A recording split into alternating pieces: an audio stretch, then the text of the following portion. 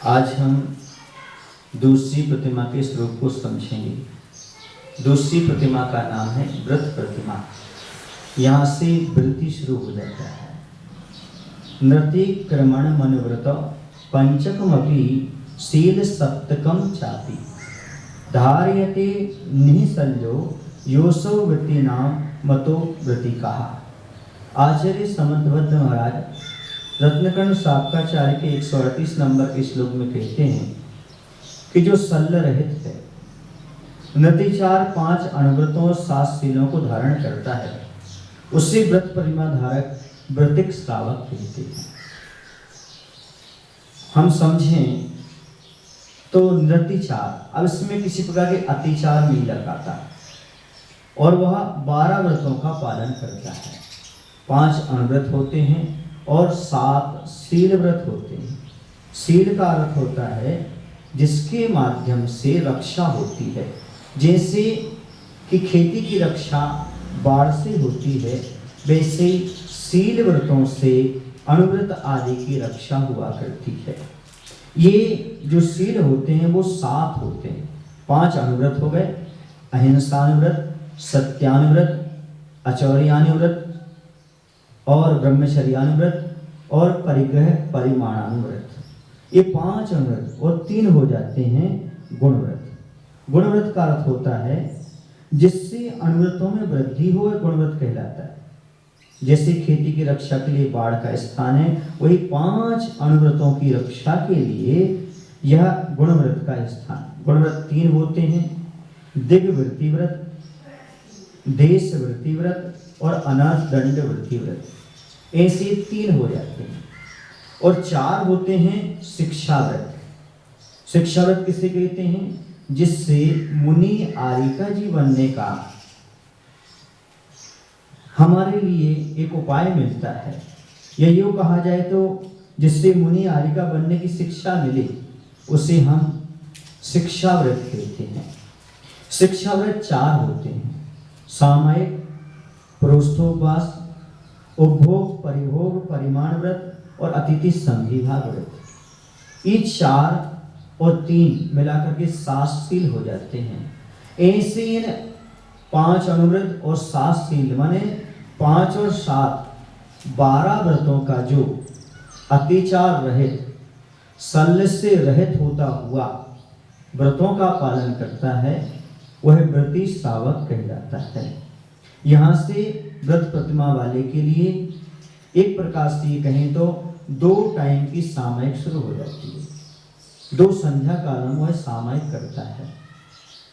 चूंकि शिक्षा व्रत है उसके पास, इसलिए वह मुनि बनने की शिक्षा लेता है, तो अष्टमी चतुर्दशी आदि में एकासन का अभ्यास भी कर सकता है, उपवास का भी अभ्यास कर सकता है।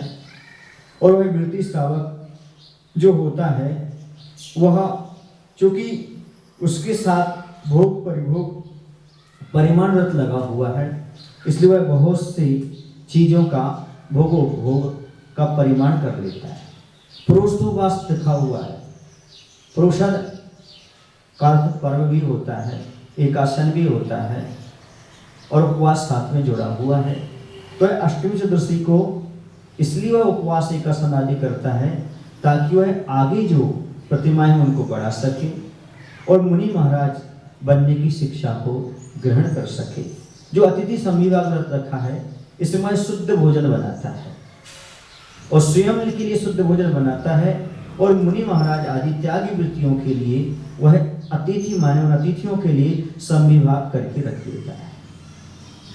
अतिथि उन्हें कहते हैं जिनके आने जाने की तिथि नहीं होती, या अतिथि उन्हें कहते हैं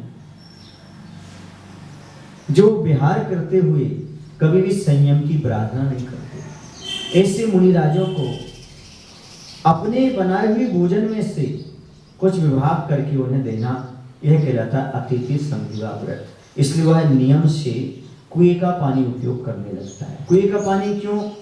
क्योंकि त्रस्त जीवों के घास से उसे बचना है। स्थावर जीवों को भी वृथा हुआ है, प्रार्थना नहीं करता, उनसे भी बचता है, लेकिन पूर्ण से बच नहीं पाता क्योंकि भोजन पानी बनाना, खेती करना, व्यापार आदि करना पड़ता है। इसलिए पूर्ण से स्थावर जीवों की हिंसा से नहीं बच पाता। लेकिन त्रस्त जीव की घास से बचता है, इसलिए वह कुएं का पानी उपयोग करता है।